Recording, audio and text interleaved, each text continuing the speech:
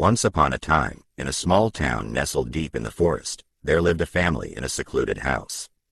They were happy and content, but something was lurking in the darkness. One night, the family was awakened by a loud noise coming from the attic.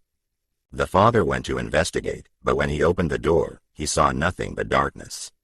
Suddenly, a pair of glowing eyes appeared in the darkness, and he felt a cold chill run down his spine.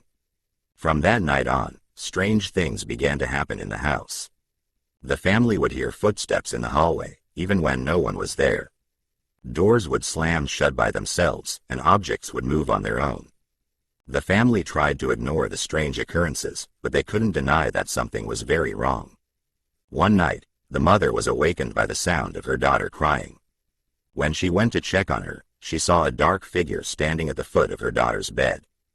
The figure turned to face her, and she saw that it had no face, just a gaping black hole where its mouth should be.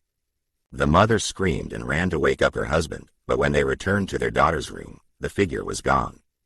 They decided it was time to leave the house, but as they were packing their things, they heard a loud, unearthly scream coming from the attic.